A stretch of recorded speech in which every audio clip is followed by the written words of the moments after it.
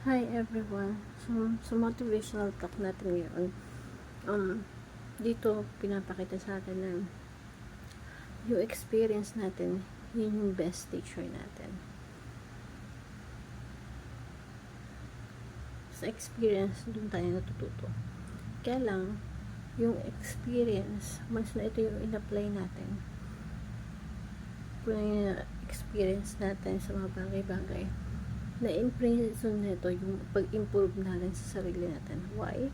Kasi ginajudge na natin na na-experience ko na yan, kaya alam ko na yan. So, dahil na-experience mo yung mga negative o hindi magandang bagay, ayaw mo na mag-try. Ayaw mo nang sumubok. Kasi, ang in-apply mo, yung kung ano yung na-experience mo.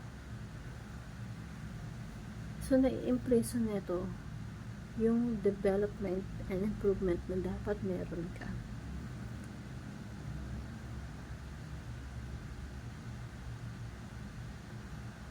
Kapag nag-base tayo dun sa experience natin, lalo na kapag ang na-experience mo is merong emotional or physical na meron kang stress or sabihin natin merong trauma, nagiging hindrance yun sa mga bagay-bagay na pwede natin gawin. Kasi mas iniisip natin na ayoko nang gawin to kasi ayoko na masaktan, or natatakot akong gawin to kasi na-experience ko na to, or natatakot ako sumubok sa ganitong bagay kasi baka ma-failed ako. Because nakikita natin yan, or nasasabi natin yan because of what we experience.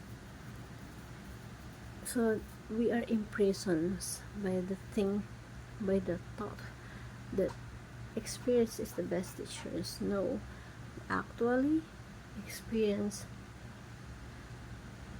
hinders us to develop more, or to try more, or to become more successful.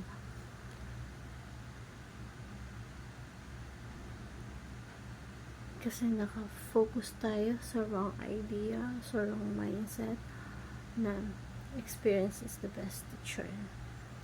So, sana hindi tayo mag-stick dun sa ganun, because it's a false data. When we apply that, namamali tayo. Namamali tayo sa mga bagay-bagay na dapat gagawin natin. And hope this simple motivational talk will learn something. Thank you everyone, and God bless.